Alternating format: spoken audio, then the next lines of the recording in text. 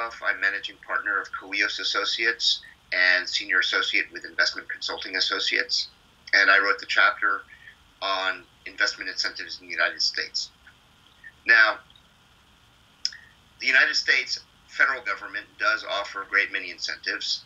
Some of these are what they're often referred to as tax expenditures, and they're typically written in the tax code, and they apply to a wide range of different companies that may apply for them or may just simply benefit from them when they submit their corporate tax returns.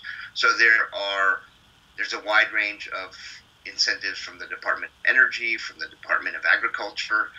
Agricultural incentives are huge and apply to thousands and thousands of beneficiaries. There are more targeted ones like Exim Bank financing that go to large exporters principally. But the focus of the chapter was really on the incentives that are offered by state and municipal governments. And these are typically negotiated directly between a potential investor and the government or administration of a town, a city, a state, or a county. And these are often the object of a lot of negotiation. And so the question that we try to address in the chapter is whether these incentives are effective. And it really depends which side of the table you're sitting on.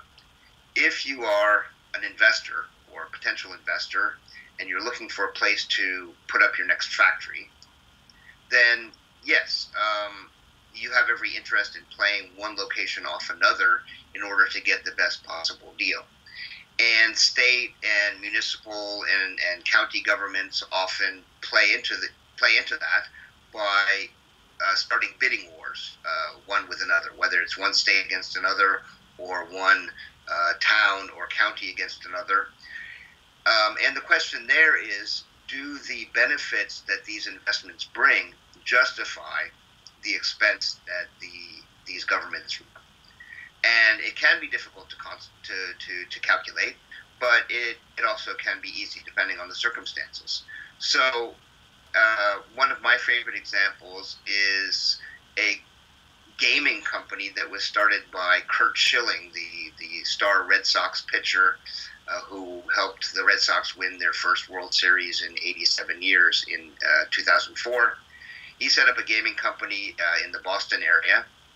And then the Rhode Island state government, through a fund it has to attract investment, offered quite a generous package of incentives for that company to relocate to Rhode Island. And it was in the form of loan guarantees, which I think amounted to more than $100 million, if I'm not mistaken. So Schilling relocated his company to Rhode Island, and it quickly became clear that the sales revenues from the new game he was developing were not going to be as great as anticipated. And so he defaulted on a number of loans, and the Rhode Island state government was left holding the bag. So, yes, those incentives did induce a company to locate in Rhode Island, and with it several, I don't remember the exact number of jobs, but a certain number of jobs. But the net, it was clearly a net loss for the state government to have done that. And there are a lot of examples of that.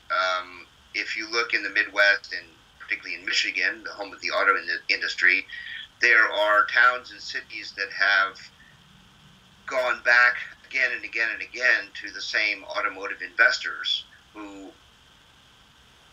build a plant, then abandon it or close it because of changing market conditions.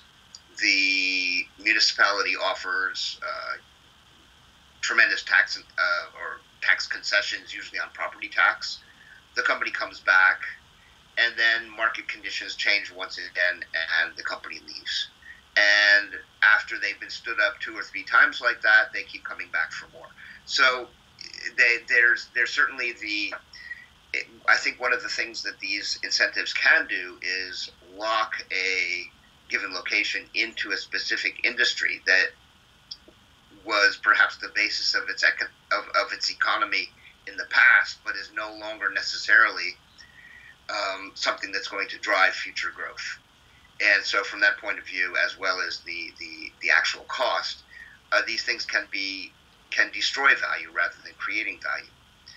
There is the case of an Alcoa aluminum plant in upstate New York, right on the St. Lawrence River, where the town, I think it's in Messina, New York, the town government or the county government gave a very, very, very low electricity price to Alcoa, spanning, I think, 20 or possibly 30 years, with a total value in the hundreds of millions of dollars. Now, Alcoa kept its plant, and with it, the jobs the jobs that factory provided. But it's really difficult to say for sure whether that's a good deal. I mean, people will say that yes, it was. That you can't let a huge company on which a whole region or town or county depends, you can't let them just go. So you have to do what it takes to retain them.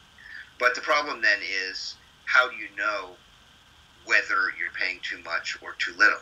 Unfortunately, there's really no way to do that until you've already done it, and then you can look at it retrospectively and see if the benefits have outweighed the expense.